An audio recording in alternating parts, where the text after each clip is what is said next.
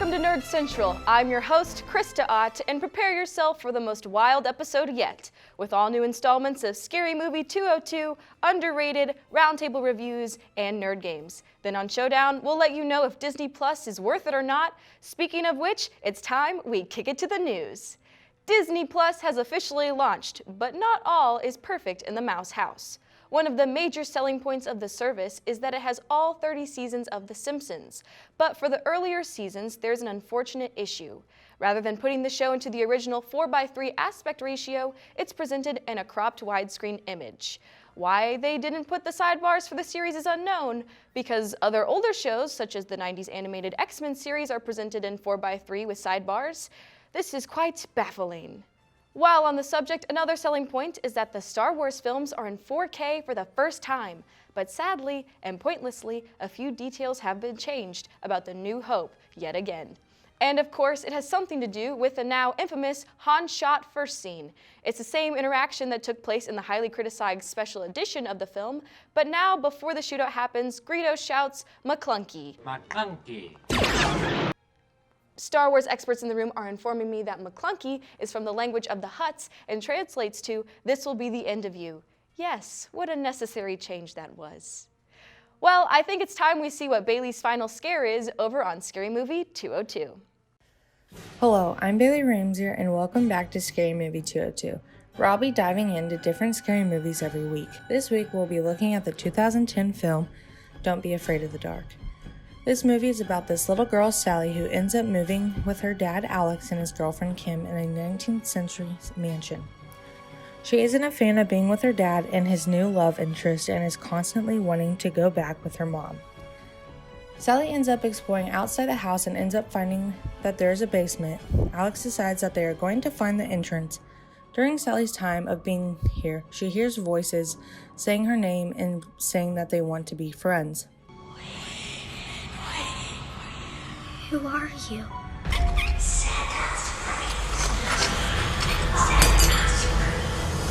Sally ends up letting them free and things start to hit the fan. I totally forgot that this movie was a thing. I remember watching it when it first came out. I forgot how freaky this movie made me feel. It's not even that it's scary, it's just creepy. It does have some good jump scares too. I learned that this film was based on the TV series from 1973, but Sally was Alex's girlfriend and she was the one hearing the voices. I personally think that having a child be the one hearing things adds to the story. When Sally would say she didn't do this or do that, her dad didn't believe her. When she tries telling them that she is hearing things, they think it's just her imagination and her coping mechanism of being away from her mom. At first I didn't like Kim in the beginning either, but the more the movie went on, I started liking her and wanting her and Sally to become close. See, towards the end, Kim and Sally were on the same level. Kim knew what was going on and she was determined to get Sally out of that house. At this point, I'm rooting for Kim to save her, but she risked her life for Sally's, just as Jesus did for us. Can I get an amen? Amen. Now that the Holy Spirit has exited my body, we will keep this party train a-moving. I really like what the creatures look like. They look like small hairy Voldemorts. When I asked my friend what she thought, she said, "Your mom." I'm sorry, but my mom is a little taller than that. This is going to sound a little bad, but I love how they killed, or what we thought they killed off, Kim. Her legs snapped like snap peas and she was gone. From the ending of the movie, you can hear that Kim is talking to the creatures, saying that there will be new people who will move into the house. This is where I'm wanting a sequel. You can't have her talking about this and not have a sequel. I want to know if Kim actually lives and if she escapes and if she reunites with her family. Y'all, I'm going to give this movie 8 Ooga Boogas out of 10. It was a great movie to end the semester on, bringing back memories from when I first watched it. Thank you for watching Scary Movie 202. I will catch you guys next week when we look at the best parts of this year. Once again, thank you for a great semester of Scary Movie 202 and of Nerd Central. I'm Bailey Ramsey and I'm signing off. That certainly was a whole bunch of fear. Dwayne Johnson's Black Adam film now has an official release date and poster. At this point, maybe DC should focus on their villain films more than their hero films, as those are always the most promising. Black Adam, of course, is Shazam's arch nemesis and will strike into theaters December 22nd, 2021. Now let's head over to Underrated, where Katie has a very special installment with a very special guest. Welcome back to Underrated. I'm Katie, and this week we are going to have a little bit of a twist, but let's start off where we normally do. This week I watched Misrepresentation. If you haven't seen this documentary on Netflix, let me give you a little background. Misrepresentation is about everyday struggles women face due to mainstream media. Now, this documentary isn't saying, boo-hoo, it sucks to be a girl, because let's be honest, being a girl is great most of the time, but this documentary goes more into detail of women trying to get leadership roles in the real world and how media has this effect that makes people look at women in a different light. You get a woman in the Oval Office, most powerful person in the world, what's the downside? You mean besides the PMS and the mood swings? Whether that's sexualizing them, making them feel stupid, this documentary goes on to interview famous powerful women in the industry, such as Jane Fonda, Rachel Maddow, and Katie Couric.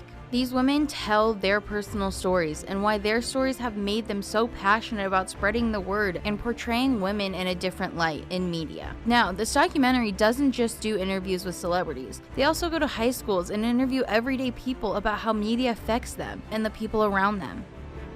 There is no appreciation for women intellectuals. It's all about the body, not about the brain. This film involves a social action campaign to address change in policy, education, and socially responsible business. This film really brought to light a serious topic in today's society that people are avoiding or naysaying. At the end of the day, everybody just wants to be treated with the same fairness as everybody else. And unfortunately, there are some people out there who have experienced different.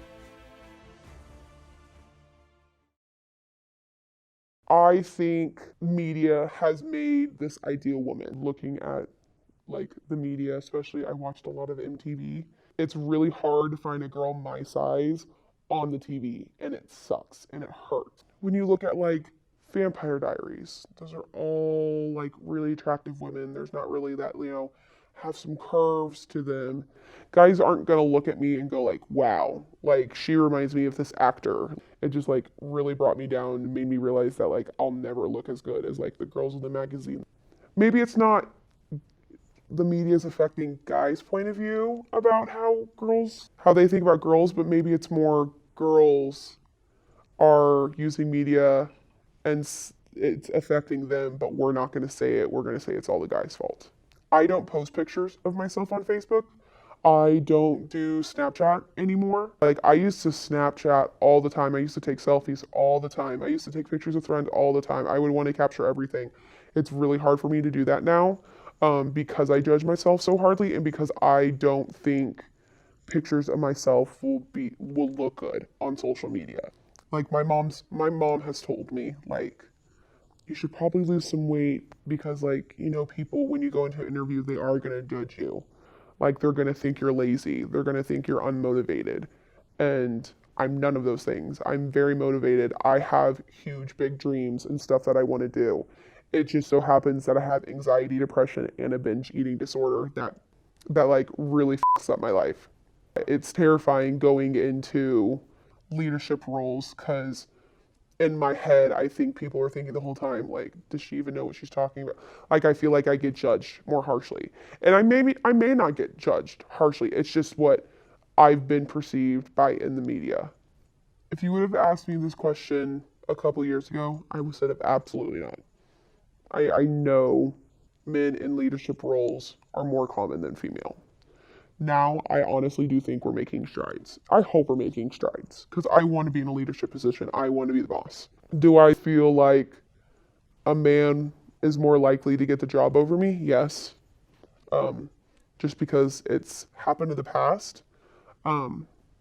Do I also feel like if I put in a leadership role that men will walk all over me? Yes, because that's happened in the past. More women are not represented in the workplace because men have the superiority. More women are taken advantage of because we're seen as gullible. I'm not saying that all males think the exact same way. That's not the case. I've had male bosses in the past or male teachers who have seen how great of a student or employee that I am and how much hard work I put into it and have given me the opportunities over other people. There has been instances where I have been in the leadership role and men have tried to come in and save me. save me in the way that they think I'm failing, and so they need to help me out. Do I mess up sometimes? Yes. But I'm strong enough, I'm smart enough to know how I need to fix something. I don't need a guy to come in and save me. I wish there were more women who are confident in their abilities, because there's so many people around campus in general women who are probably a little bit better than most of the men, but I don't feel like they feel that way. I would like to thank my anonymous interviewee. I know that in today's world this is a serious topic, but this documentary really showed me how people out there really do feel this way. And whether you feel this way or not, there's somebody else who does.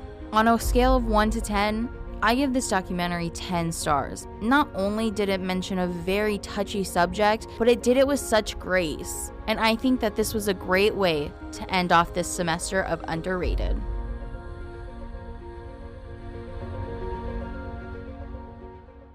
Ooh, secretive. We're going to take a quick break, but we shall return. Stay tuned.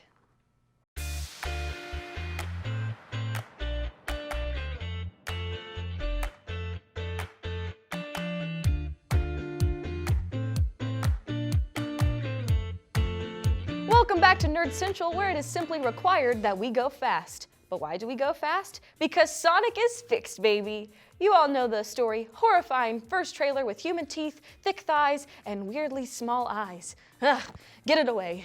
Well, for one of the first times in human history, Hollywood actually listened to the demands of the fans, calling for our beautiful blue boy to be redesigned. They delayed the movie to Valentine's Day, to some people's dismay, and have completely revamped the design to appease the fans. The trailer itself is much better too, eliminating the Gangster's Paradise theme music, using much more appropriate classic Sonic music and some punk rock. I know that at least one of our crew members plans on seeing this movie 3 times. Once because it's Sonic, twice to support the studio for listening, and third if they like it enough. And I'm certain that you all know who I'm talking about because his pack is up next. Let's see what Cody has for us this week on Roundtable Reviews.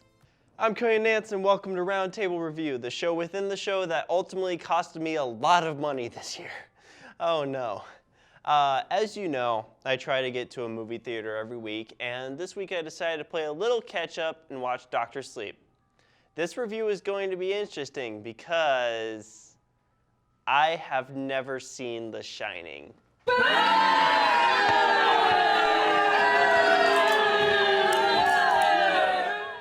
So as my first exposure to this world, I was pleasantly surprised that I had a very minimum amount of questions about what was going on. I saw this with 2 of my friends. Both had seen The Shining, and I was definitely the one who enjoyed it the most. One was laughing the whole movie, the other was into it, but definitely had some problems with it. So my conclusion is that people who haven't seen The Shining will actually enjoy Dr. Sleep more than people who had. Now, of course, my favorite male in the world is Ewan McGregor. He's the lead here, so how does he do? He's okay. But there are definitely some parts where he's having trouble maintaining that American accent he's trying to go for. The kid had some hammy moments, but otherwise it was actually a really good child actor. The weakest part of the film for sure is the villains. They're an immortal cult that eats children who have psychic powers. How is that a weak part? Sounds scary, but the effect for the actual children eating is pretty lame, and they are only immortal until they get shot. You know, like with regular bullets. This movie stands on its own remarkably well. Obviously, there were references to The Shining, but instead of just saying, hey, remember that thing? It actually advances the plot a little bit. Another interesting decision on the film's part was the flashback scenes. Rather than using the de-aging CG, which is pretty good these days, they chose to cast some pretty poor lookalikes. The mom is okay, but the guy pretending to be young Jack Nicholson looks nothing like him. I didn't even realize that's who he was supposed to be until the movie was over.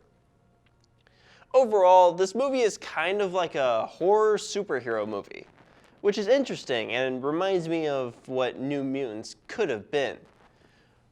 There are good things, there are bad things, and I think I'm giving this one a 6 out of 10. It's a bit above average. Now, let's see what Emma's final game is on Nerd Games. Happy Thanksgiving and welcome back to Nerd Games. My name is Emma Bjork and today we will discover who knows the wizarding world better. My guest and I will be facing off in Harry Potter trivia. To play this game with me, I had to invite somebody who has read all of the books and seen all of the movies numerous times. So please welcome Emily. Okay, according to legend, who built the Chamber of Secrets within Hogwarts? Wasn't it Salazar Slytherin? It was. Like the Salazar. I think he also put the basilisk down there. That's He an definitely old did. basilisk. Oh yeah. Dude, how does he have any motivation to kill anyone? I would be like, I'm old, I'm tired, y'all can live. He just needs to sleep. He just needed a nap. That's what the basilisk needed, just a big old nap. How do Harry and Ron finally get to Hogwarts in their second year? They take the flying car and crash it into the tree. The Ford Anglia. Ooh. Oh. Advanced trivia. Oh. Okay, when they travel back in time, what spell do Harry and Hermione see Professor Lupin use to calm the Whomping Willow? I don't actually know. Oh my gosh. Is it? Yeah. I feel like I should know this. I feel like you're gonna hear the answer and be like, duh. Oh, is it like a play on words like they do Kinda, yeah. sometimes? Yeah. Like anti-wampio. Do you want me to just tell you? Yeah, I don't know. It is Amogulis. Oh, that was in the movies. I knew it. I was like, I told you, yeah. I was like, because we see Snape do it, and I know, and Yes. the word, okay. For how many years has Sirius Black been in Azkaban prison? 12 years. I did my waiting. 12 years of it. Who tells Harry and Ron that Hagrid didn't open the Chamber of Secrets? Wasn't it, was it the diary? Aragog, the spider. Yeah. Yes, okay. Yeah. Okay. He was like, Hagrid didn't open the chamber. That was a spot on impersonation. Farewell, Aragog. It's one of my favorite lines. What type of creature grabs Harry's hand when he tries to take water from the lake to give to Professor Dumbledore in the Horcrux cave? Oh, is it an inferi? Inferi? Yeah. Yeah. Okay, yeah. That totally counts. I knew it, It counts. but I was like, I don't know how to pronounce The this. pronunciation is iffy, Because but it's a fancy magical word. That Yeah. makes it questionable. what type of memory is needed for a Patronus charm to work? A very happy one. Happy but powerful memory. Okay, yeah. It counts, yeah. I was like, I don't know, all I can think about is Harry with the freaking candle, and he's like, it's not happy, exactly. Do you know? Yes, because he's like playing with the fire, and I'm like, why? Like, what are you doing? You're an idiot. Definitely okay. not a Ravenclaw. No, definitely not. So thank you for coming out, Emily. Thanks. We had a great time today. Join me next week for a new Nerd Game. It's good to see Emma talk about Harry Potter in a calm manner after an intense battle last week. That's gonna do it for me, but wait, as you know, the show isn't over yet. You gotta stay for Showdown, where we ultimately decide whether or not Disney Plus is worth your money, so stay tuned.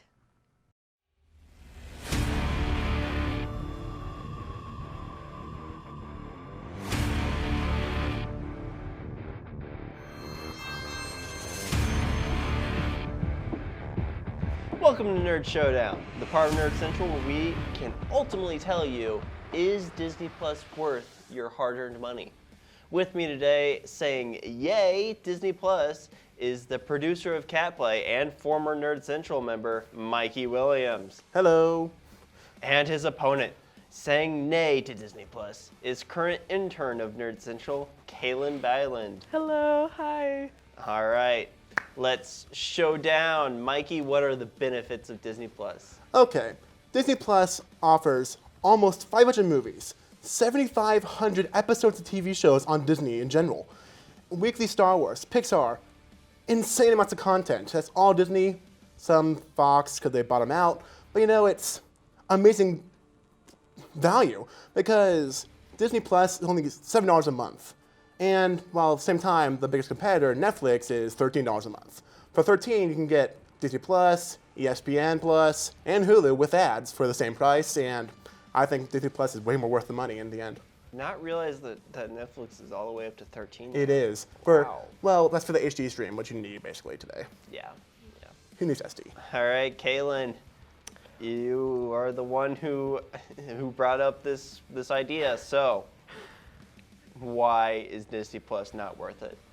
Well, basically, Disney is just trying to get your money at this point. They got rid of all the shows like off of Netflix or other streaming platforms just for you to pay more money on everything. And so they own every form of media and anything cinematic and TV shows, they own it. And they're just trying to make money off of you. And there are other ways to get access to all these Disney movies. Like you can have a friend, or there's other ways to access movies, but there's that. And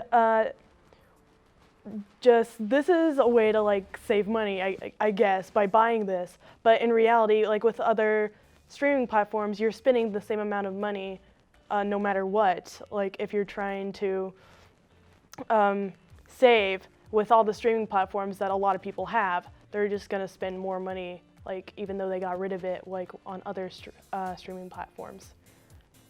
Yeah. Okay. Mikey, you got? Okay. Some more looking points? at money. So I told you they have 500 movies. 500 movies. Say a rental is $5 a movie for 2 days, whatever it is. That's $2,500 right there. A lot of money. That's right there for $7 a month for $2,500, not including TV shows of content. That's like a stellar deal. And also, yeah, Disney took these shows off other platforms, but it's freaking Disney. They have the power to do this. Disney is honestly a little bit too powerful sometimes, but Disney owns a lot of stuff, and it's awesome to see it all on one platform and see it all click a button. It's quite amazing. Yeah, that click of a button when the stream actually works. Kaylin? Yeah, like Disney owes everything, and they're just gonna get more control. Like the more people who buy Disney Plus, the price is just gonna increase. Like that's what Disney does. That's what Netflix did. They started off at a lower price, but as people bought it, they started to increase. Disney's gonna do the same thing because they want your money. They want to control everything, and they're the largest monopoly in the business, and they just want to control you, like thinking that you have to buy this to get all of their content when you really don't need to buy it. Okay. Note: Netflix did start at $8 a month. All right, Mikey. Well, you could just buy, like, Disney Plus, it could go up, I don't know. But I believe I heard somewhere that they are not going to raise the price anytime soon. And also you can buy a year plan for cheaper amount of money. Like, I don't even know the exact amount, like, it's like a substantial, like, $1 and a bit off if you pay all one lump sum for a year. And Disney Plus, like, again, it's just the content they have on there. Like Disney, yes, they have a lot of stuff, and it's nice to see it all in one place. It's just simple as that. Like Netflix has a lot of good content. I like Netflix. I have Netflix, I have Hulu, I have Stars, I have all those same platforms. But Disney Plus is the value of the content you have on there. All the TV shows you want to see. All the movies you want to see. Like very few movies or TV shows I've seen on there have been I want to see on there are not been on there. And that's like, it's amazing seeing all this content. All right, Kaylin, last chance. Well, with the content, they've actually changed some stuff up. Like, they have a lot of censorship now because, like, there's a certain episode where it references, like, this is from The Simpsons. Like, they were referencing, like, Michael Jackson and his topic, which we won't go into, but they got rid of like the episode because it was sensitive for people. But at the same time, the content they're showing, like their old content, like Dumbo or Mulan, that's like still. It was very racist. It was racist Disney back then, and that's the kind of content they're like picking and choosing to show. Like they're censoring some stuff, but not other stuff, and with that, it's just like, why are they changing content? Like, why are you censoring this but not that? And people have access to it.